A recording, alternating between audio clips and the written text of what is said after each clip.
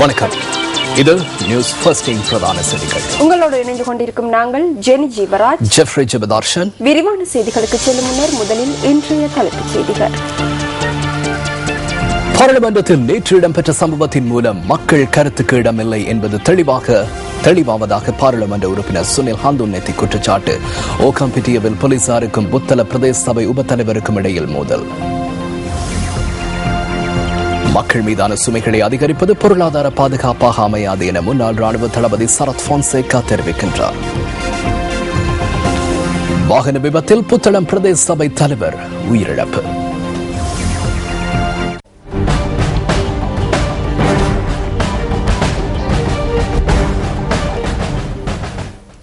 ராஜகிரிய ஸ்ரீ சுதர்மாராம விகாரைக்கு சென்று இன்று விஜயம் செய்த ஜனாதிபதி மஹிந்த ராஜபக்ச வத்ரவில ஸ்ரீ சுஜாதா தேரரை சந்தித்து ஆசி பெற்றார். விகாரையில் நடைபெற்ற மத அனுஷ்டானங்களிலும் ஜனாதிபதி பங்கேற்றார். இதன்போது வத்ரவில ஸ்ரீ சுஜாதா தேரர் ஜனாதிபதிக்கு ஆசி வழங்கினார்.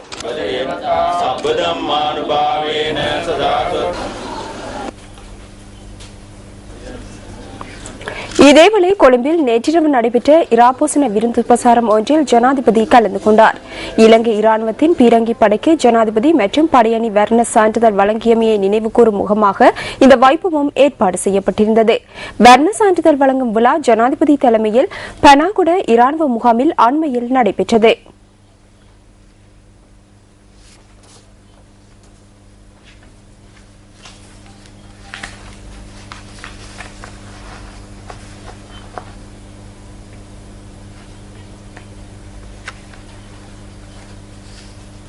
மக்கள் மீதான சுமைகளை அதிகரிப்பது பொருளாதார பாதுகாப்பாக அமையாது என முன்னாள் இராணுவ தளபதி சரத் போன்சேகா தெரிவிக்கின்றார். நாரமெல்ல நிலல்ல பகுதியில் இன்று முற்பகல் நடைபெற்ற கூட்டத்தில் உரையாற்றிய போதே அவர் இதனை கூறினார். மின்சார கட்டணத்தை அதிகரித்தனர். சகித்துக் கொள்ள முடியாது. குறைந்த அளவில் மின்சாரத்தை பயன்படுத்தும் மக்களே அதனால் அதிகம் பாதிக்கப்பட்டனர். நாம் இந்த காப்பட் வீதிகளில் வரும்போது சிரிப்பு வருகிறது. நாம் ஒவ்வொரு கிலோமீட்டரையும் கடக்கும் போது அந்த ஒவ்வொரு தூண்கள் தோறும் நாட்டை ஆட்சி செய்பவரின் சட்டை பைக்குள் 50 மில்லியன் ரூபாய் வெள்ளுகிறது என்பதனை நாம் அறிவோம். சுகாதாரத்துறைக்காக வருடாந்தம் 7000 கோடி ரூபாய் செலவிடப்படுகிறது. நாட்டை ஆட்சி செய்பவரின் செலவுக்காக 700 கோடி ரூபாய் ஒதுக்கப்படுகிறது. அப்படியாயின் நாட்டின் பொருளாதாரம் எவ்வாறு நிலையாக இருக்கும்? உங்களது முகங்களை காணும் போது, நீங்கள் அணிந்துள்ள ஆடைகளை காணும் போது உங்களது பொருளாதார நிலை தெளிவாகிறது. இதனை புரிந்து கொள்வதற்கு பொருளாதார நிபுணர்களாக இருக்க வேண்டிய தேவையில்லை. துறைமுகம் ஒன்றை அமைத்தனர், அங்கு கப்பல்கள் வருவதில்லை. விமான நிலையத்தை அமைத்தனர், விமானங்கள் வருவதில்லை. கட்டுநாயக்கவில் இருந்து புறப்படும் எமது ஸ்ரீலங்கன் விமானங்கள் எரிபொருள் நிரப்புவதற்காக மீண்டும் மத்தளையில் தரையிறக்கப்படுகின்றன.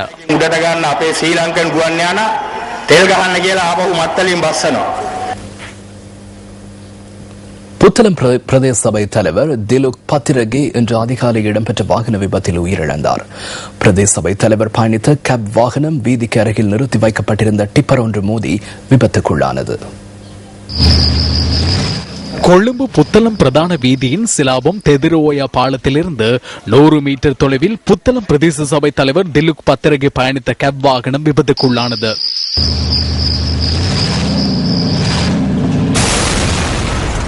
இன்று அதிகாலை 2 மணிகளவில் பிரதேச சபை தலைவர் பயணித்த கேப் வாகனம் வீதிக்கு அருகில் நிறுத்தி வைக்கப்பட்டிருந்த டிப்பர் ஒன்றுடன் மோதி உள்ளது.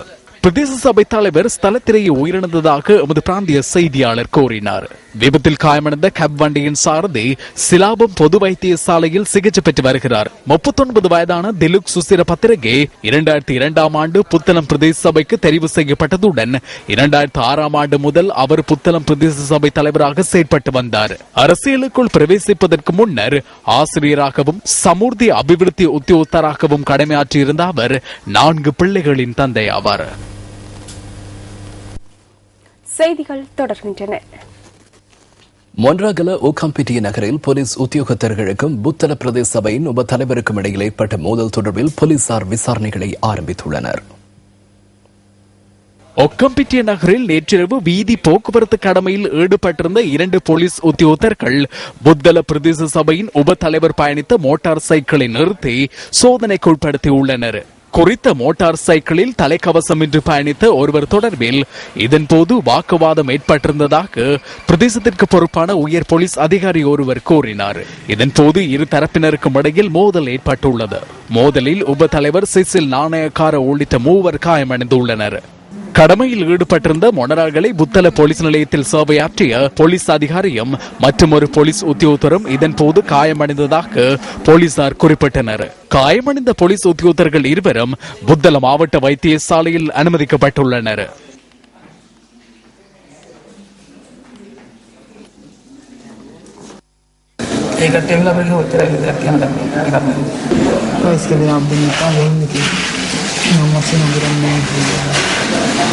காயமடைந்த புத்தள பிரதேச சபையின் உப தலைவர் சிகிச்சைகளுக்காக முதலில் ஒக்கம்பெட்டிய கிராமிய வைத்தியசாலையில் அனுமதிக்கப்பட்டதுடன் மேலதிக சிகிச்சைகளுக்காக அவர் செரிக்கள வைத்தியசாலைக்கு மாற்றப்பட்டார். தலைக்கவசமின்றி எவ்வாறு செல்வீர்கள் என போலீசார் கேட்டனர். எனக்கு பின்னால் வந்தவருக்கே தலைக்கவசம் இல்லை என கூறினேன். இவரை நான் கல்கம சந்தியிலேயே ஏற்றிக்கொண்டேன் என கூறினேன். இருப்பினும் அது தவறான விடயம், மன்னித்து விடுங்கள் என கூறினேன். அப்போது 2 பேரும் தலைக்கவசம் அணியாத மோட்டார் சைக்கிள் ஒன்று முன்னால் சென்றது. அப்போது அங்கே பாருங்கள், ஏன் நம்மிடம் மட்டும் கேட்கின்றீர்கள் என தம்பி கூறினார். அதனை அடுத்து உனக்கு வாய் நீண்டுள்ளது என கூறிக்கொண்டு தாக்கினர். வண்டி சாவியையும் எடுத்துக்கொண்டனர். தலைக்கவசத்தையும் பறித்துக் கொண்டனர். துப்பாக்கியால் தலையில் தாக்கினர். ரத்தம் வர தொடங்கியது. பின்னர் சம்பவ இடத்திற்கு போலீஸ் நிலைய பொறுப்பதிகாரி வந்தார். அதன் போது உங்கள் உத்தியோகத்தர்களின் செயலை பாருங்கள் என கூறி எனது இரத்தத்தை அவரின் முகத்தில் பூசினேன். இது தொடர்பில் உதவி போலீஸ் அத்தியட்சகரின் தலைமையில் விசாரணைகள் ஆரம்பிக்கப்பட்டுள்ளதாக போலீசார் தெரிவித்தனர். சட்டத்தை பாதுகாக்க வேண்டிய அதிகாரிகளுக்கும் மக்கள் பிரதிநிதிகளுக்கும் இடையிலேயே இந்த மோதல் ஏற்பட்டுள்ளது. அப்படியாயின் முதலில் தாக்கியவர் மக்கள் பிரதிநிதியா அல்லது சட்டத்தை பாதுகாக்கும் அதிகாரியா? முதலில் தாக்கியவர் மக்கள் பிரதிநிதி என நீங்கள் நினைத்தால் நியூஸ் ஃபர்ஸ்ட் இடைவெளி A என டைப் செய்து 7788க்கு SMS அனுப்புங்கள். சட்டத்தை பாதுகாக்கும் அதிகாரி முதலில் தாக்கினார் என நீங்கள் நினைத்தால் நியூஸ் இடைவெளி B என டைப் செய்து 7788க்கு SMS அனுப்புங்கள். இதன் முடிவுகளை 10 மணிக்கு ஒளிபரப்பாகும் நியூஸ் ஃபர்ஸ்ட் எமது பிரதான செய்திகளில் எதிர்பாருங்கள். நாட்டின் பொருளாதார வளர்ச்சிக்கு கடற்றொழில் பாரிய பங்களிப்பை வழங்குகிறது. தமது வாழ்வை அர்ப்பணித்து இந்த தொழிலில் ஈடுபட்டுள்ளவர்கள் எதிர்நோக்குகின்ற சிரமங்கள் ஏராளம். ஆனாலும் புத்தளம் மாவட்டத்தில் உள்ள சிறுகடல் தொழிலாளர்கள் எதிர்நோக்குகின்ற பிரச்சனைகளுக்கு இதுவரையும் தீர்வு கிடைக்கவில்லை என்று அவர்கள் குறிப்பிடுகின்றார்கள். இலங்கையில் கடற்தொழிலுக்கென பிரசித்தி பெற்ற இடமான புத்தளம் மாவட்டத்தில் கட்பிட்டி தொடக்கம் நுரைச்சோலை வரையான சிறுகடலில் தற்போது இறால் பெருக்கம் அதிகரித்துள்ளது. இதனால் இந்த பிரதேசத்தில் வாழும் ஆயிரக்கணக்கான மக்கள் இறால் விற்பனையை தமது தொழிலாக கொண்டு வாழ்வாதாரத்தை முன்னெடுக்கின்றனர். எனினும் பல்வேறு சிரமங்களுக்கு மத்தியில் கடன் பெற்று வலைகளை தயார் செய்தே இறால் பிடியில் ஈடுபட்டு வருவதாக அவர்கள் குறிப்பிடுகின்றனர். எனக்கும் நிறைய ஆசை இருக்கு. அந்த பிள்ளைகளை நல்ல வழியா வசதியான ஸ்கூல்ல போட்டு படிக்க வைக்கணும் அப்படின்னு சொல்லி அந்த இதுக்காக நாங்க இந்த தொழிலை செய்யறோம். ஏன்டா ஆரம்ப காலத்துல இருந்து நான் ராளுக்கும் மீனுக்கும் அந்த மாதிரி தொழில் செஞ்சு ரொம்ப கஷ்டப்பட்டு இருந்தேன். இப்போதைக்கு நம்ம ஒரு சிறு தொழில் மாதிரி ஒரு கூட்டுவாழ தொழிலை செஞ்சுக்கிட்டு இருக்கோம். நம்மளோட பிரதேசத்துல எத்தனையோ பேர் அவங்களோட குடும்பத்துல ஒவ்வொரு வீட்டுலயும் ஒவ்வொரு நாளும் ஒவ்வொருத்தங்களுக்கு திட்டி இருக்கிறாங்க. ஏன்னா அந்தந்த வீட்டுல தேத்தினி குடிக்கிறதுக்கு கூட அந்த மாதிரி ஒரு நிலைமையில இப்ப நாங்க கஷ்டப்பட்டுக்கிட்டு இருக்கோம். ஏன்னு சொன்னா எங்க கடன்பட்டு ஏழாது அந்த ஒரு நிலைமையில நம்ம நிக்கிறோம். நம்மளை பார்க்க வேண்டிய அரசியல்வாதியே நம்மளை இப்ப அழிக்கணும்னு நினைக்கிறாங்க. அந்த மாதிரிக்கு நம்மளோட வயிற்றுல அடிக்கிறாங்க. குறைஞ்சது ஒரு 1500-2000 பேர் மட்டும் கடன்பட்டு தான் இந்த தொழிலை செஞ்சுக்கிட்டு இருக்கணும். ஒவ்வொரு ஆட்களும் ஒவ்வொரு இடத்துல லோன் எடுத்து கிட்டத்தட்ட இன்றைக்கு நம்ம துறையில நம்ம 1000-1500 பேரும் குறைஞ்சது 2-3 லட்சம் ரூபாய் கடனுக்கு மேலே வைக்கிறாங்க. அந்த கடனை கட்டுறதுக்கு அரசாங்கத்தானே எந்த வழியும் செய்யல. தம்மால் உரிய முறையில் தொழிலை மேற்கொள்ள முடியாது பல சிரமங்களை எதிர்நோக்க வேண்டிய நிலை காணப்படுவதாகவும் அவர்கள் அங்கலாய்கின்றனர். இதேவேளை தமது தோணிகளை நிறுத்தி வைப்பதற்கான இறங்குதுறையின்மை மற்றும் தங்களால் பிடிக்கப்படுகின்ற இறால்களை வேறுபடுத்தி வைப்பதற்கான வசதிகள் அந்த பகுதிகளில் இல்லை எனவும் அவர்கள் மேலும் குறிப்பிடுகின்றனர். நம்மளோட துறையில் கிட்டத்தட்ட ஒரு 500-600 வள்ளங்கள் இருக்குது. இதுக்கு நமக்கு ஹட் அடிச்சு தரேன்னு சொல்லி கிட்டத்தட்ட எத்தனையோ ஒரு 15-20 வருஷமாக சொல்லிக்கிட்டாங்க. இது வரைக்கும் யாரும் அதுக்குள்ள முயற்சி எடுத்ததும் இல்லை, கேட்டதும் இல்லை.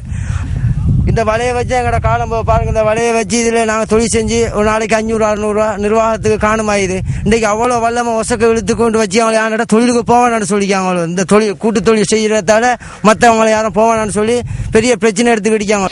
இந்த மக்களின் வாழ்வாதாரத்தை மேம்படுத்தும் தொழிலான இறால் பிடிப்பதை தொடர்ந்து முன்னெடுப்பதற்கும் தமக்கு தேவையான வசதிகளை செய்து கொடுப்பதற்கும் சம்பந்தப்பட்ட அதிகாரிகள் உரிய நடவடிக்கை எடுக்க வேண்டும் எனவும் அவர்கள் எதிர்பார்க்கின்றனர்.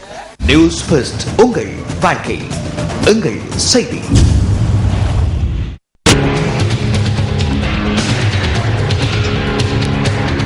நாட்டின் கல்வித்துறையில் முன்னேற்றம் ஏற்பட வேண்டுமாயின் அதற்கான வளங்கள் உரிய முறையில் பகிரப்பட வேண்டியது அவசியமாகும். ஆயினும் எத்தனையோ பாடசாலைகள் வளப்பற்றாக்குறைகளுடன் இயங்கி வருவதனை எம்மால் அவதானிக்க முடிகிறது. அவ்வாறான ஒரு கல்விக்கூடமே கிண்ணியா அலிகார் மகா வித்தியாலயம். இது 1C தரத்தில் அமைந்துள்ள ஒரு பாடசாலை.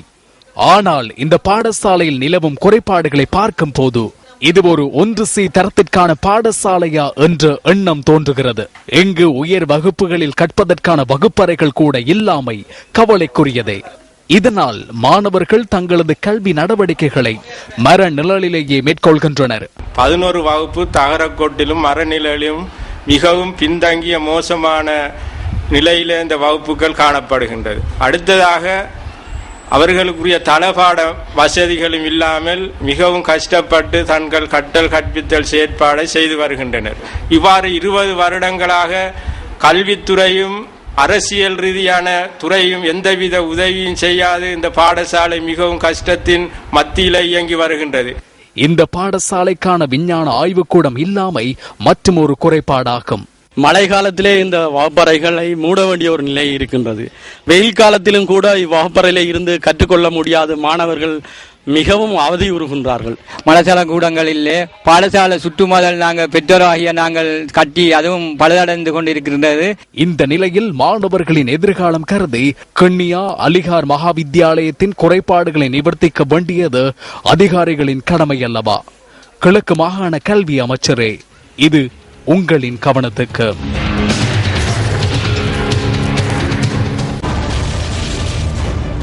இலங்கை ஜெர்மன் தொழில்நுட்ப பயிற்சி கல்லூரி மாணவன் தெலின ஜாசிங்க காணாமல் போய் இன்றுடன் 21 நாட்கள்.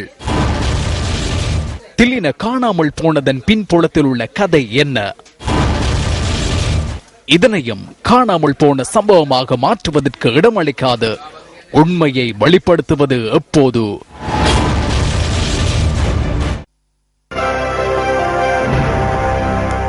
சோளம் உணவு பெயர்களில் முக்கிய இடத்தினை பெறுகின்றது. அதிகளவு புரதத்தை கொண்டுள்ள சோளம் எல்லோராலும் விரும்பத்தக்க உணவுகளில் ஒன்றாக உள்ளது. அந்த வகையில் மட்டக்களப்பு படுவான்கரை பிரதேசம் சோளம் உற்பத்திக்கு பெயர் போனது. மண்டூர், பொருகாமம், தெக்கோடை போன்ற கிராமங்களிலும் அதிக அளவு சோளம் உற்பத்தி செய்யப்படுகிறது. அங்கு பயிரிடப்படுகின்ற சோளம் அறுவடை செய்யப்பட்டு பெழுவான்கரை பகுதியில் வீதியோர வியாபாரமாக முன்னெடுக்கப்பட்டு வருகிறது. சோள பயிற்சிக்கு அதிக முக்கியத்துவம் கொடுத்து உற்பத்தியாளர்களை ஊக்குவிப்பதன் மூலம் அவர்களின் வாழ்வாதாரத்தை மேம்படுத்தி பொருளாதாரத்திற்கும் முடியுமான ஒத்துழைப்புகளை வழங்க முடியும் அல்லவா? இன்றைய பத்திரிகைகளில் வெளியான கேலி சித்திரங்களில் இருந்து நாம் தெரிவு செய்த கேலி சித்திரம் அடுத்து.